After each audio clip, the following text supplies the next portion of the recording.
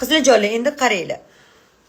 Menda jigarimda hech qanaqa patologiya bo'lmaganligi uchun, homilador bo'lmaganligim uchun, emizmayotganligim uchun men bu inyeksiya orqali ozish yo'lini tanladim. Muanjaro orqali. Bu o'zi anchadan beri bor. 2020-yilda ishlab chiqarilgan. 2023-yilda ajreniya bilan kasallanganlar to'la 15, 20, 30 kilo ozishi mumkin bo'lgan, kerak bo'lgan insonlar uchun ruxsat berilgan. Lekin 5 kilo, 6 kilo ozadiganlar bu narsani hayotiylikka olib kirishlarini ham tavsiya qilmayman. Undan tashqari men ishonarli originalini Feruzadan olaman. Amerikanskiy hozir через Dubay ham, через boshqa joy ham amerikanskiy u bu deb kirib kelyapti. Bilmayman, ularga javob bera olmayman.